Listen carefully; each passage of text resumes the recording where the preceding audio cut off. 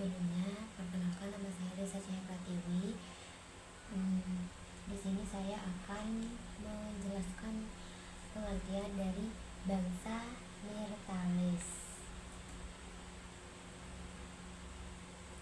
Nah, bangsa Myrtales ini yaitu atau yang disebut dengan Ordo Myrtales adalah salah satu kelompok tumbuhan berbunga atau yang disebut dengan Angiospermae yang termasuk dalam kelas dikotil. Jadi Ordo Myrtales ini termasuk dalam kelas dikotil. Nah, ordo ini banyak terdiri atas tumbuhan berkayu seperti pohon dan semak. Ini yang disebut dengan Myrtales, tumbuhan Myrtales, bangsa Myrtales. Nah, untuk yang selanjutnya di sini ada kedudukan klasifikasi, di mana di kedudukan klasifikasi ini ada kingdom, ada divisi, ada kelas, dan ada ordo. Dan kingdomnya itu yaitu Plantae, dan divisinya itu Magnoliophyta atau Angiospermae, kelasnya itu Magnoliopsida atau disebut dengan Dicotyledonae. Terus yang terakhir itu ada ordo atau disebut dengan Myrtales. Nah, untuk selanjutnya itu ciri-ciri umum ordo Myrtales, di mana ini adalah ciri-cirinya. Yang pertama, umumnya berupa pohon, perdu atau semak. Terus yang kedua itu ada daun tunggal dan berhadapan. Daun tunggalnya itu berhadapan. Terus yang ketiga memiliki minyak atsiri sehingga beraroma khas. Minyak atsirinya ini beraroma khas. Terus yang keempat ini ada bunga lengkap dan biasanya berkelipatan 4 atau 5. Terus yang kelima dari ciri-ciri umum ordo Myrtales ini, benang sari banyak dan mencolok. Jadi benang sarinya itu banyak dan mencolok. Terus yang ke-6 itu bakal buahnya itu berada di bawah. Jadi berada di bawah atau yang disebut dengan inferior. Terus yang terakhir itu buahnya itu dapat berupa buah muni, kapsul atau buah kertas atau buah keras. Gitu, ini adalah ciri-ciri umum ordo Myrtales. Terus untuk slide selanjutnya di sini ada karakter morfologi, di mana di sini ada yang pertama, daunnya itu mengandung kelenjar minyak. Di daunnya ini itu mengandung kelenjar minyak. Terus yang kedua itu tulang daunnya menyirip. Jadi morfologinya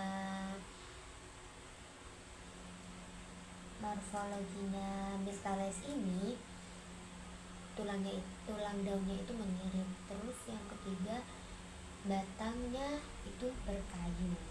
Terus yang keempat bunga simetris radial. Bunganya itu simetris radial. Terus yang kelima itu mahkota bunganya berwarna coklat. Jadi mahkota bunganya itu berwarna coklat.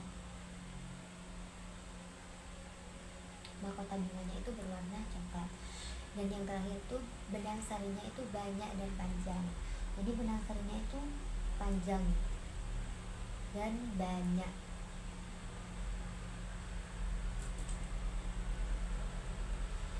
Nah, untuk selanjutnya itu famili yang termasuk dalam ordo Myrtales ini. Jadi familinya ini yang masuk kepada ordo Myrtales. Yang pertama itu ada Myrtaceae.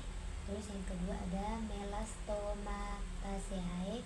Terus yang ketiga itu ada Onagreseae. Terus yang keempat itu ada Lythraceae. Terus yang kelima itu ada Combretaceae. Jadi ini famili yang termasuk dalam ordo Myrtales tersebut. Nah, ini contoh spesies yang penting. Ini ada 5 ya contohnya. Contoh dari spesies yang penting. Myrtales yang termasuk dengan Myrtales. Ini ada jambu biji. Di sebelah sini ini ada jambu biji. Terus ini cengkeh, terus ini delima. Terus ini apa ya? Pokok ada 5 ini. Terus yang selanjutnya itu manfaat tumbuhan dalam ordo Myrtales. Jadi ada manfaat-manfaatnya tumbuhan ini dalam ordo Myrtales. Yang pertama itu sebagai tanaman obat. Jadi Myrtales ini sebagai obat-obatan, sebagai tanaman obat. Terus yang kedua ini menghasilkan minyak atsiri. Nah tadi di apa ya, di sininya ini hubungannya ini menghasilkan minyak atsiri. Terus yang ketiga ini bahan rempah-rempah, bisa menjadi bahan-bahan rempah-rempah, bahan rempah. Terus yang keempat ini tanaman Myrtales ini bisa menjadi tanaman hias di rumah. Di rumah-rumah itu banyak tanaman Myrtales ini ya, jadi bisa dibuat hiasan. Terus yang kelima penghasilan kayu dan kertas, penghasilan kayu dan kertas. Terus yang keenam buahnya untuk konsumsi. Jadi buahnya itu kan bisa dimakan, dikonsumsi. Seperti itu tadi, seperti delima sama jambu. Nah itu.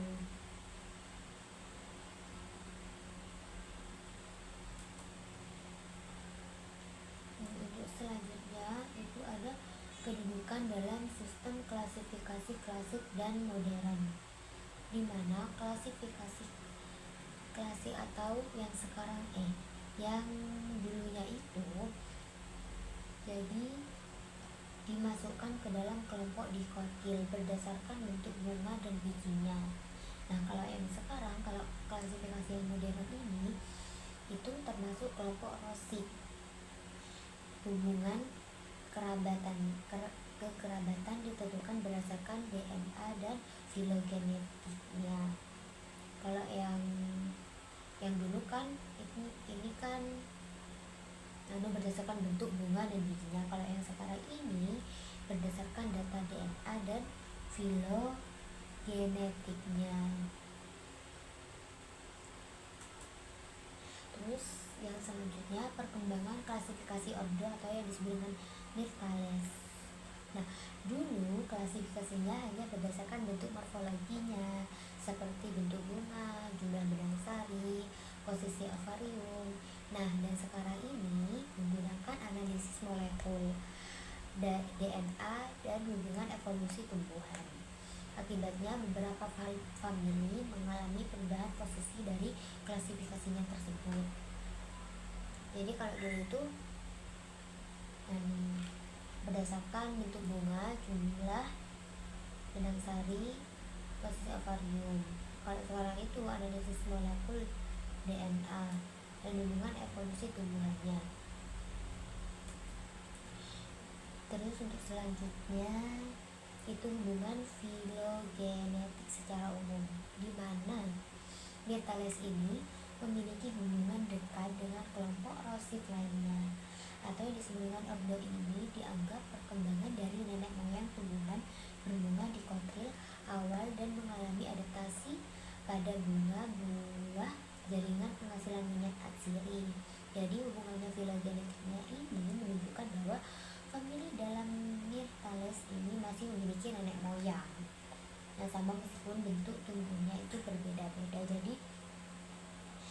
Jadi hubungan filogenetiknya ini masih menunjukkan bahwa famili dalam Myrtales ini masih memiliki nenek moyang meskipun bentuk tubuhnya itu berbeda-beda. Itu secara itu hubungan filogenetiknya secara umum.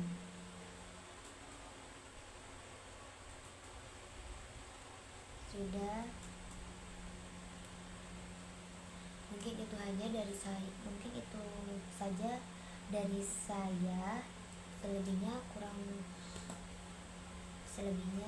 mohon maaf atas kekurangan. Wassalamualaikum warahmatullahi wabarakatuh.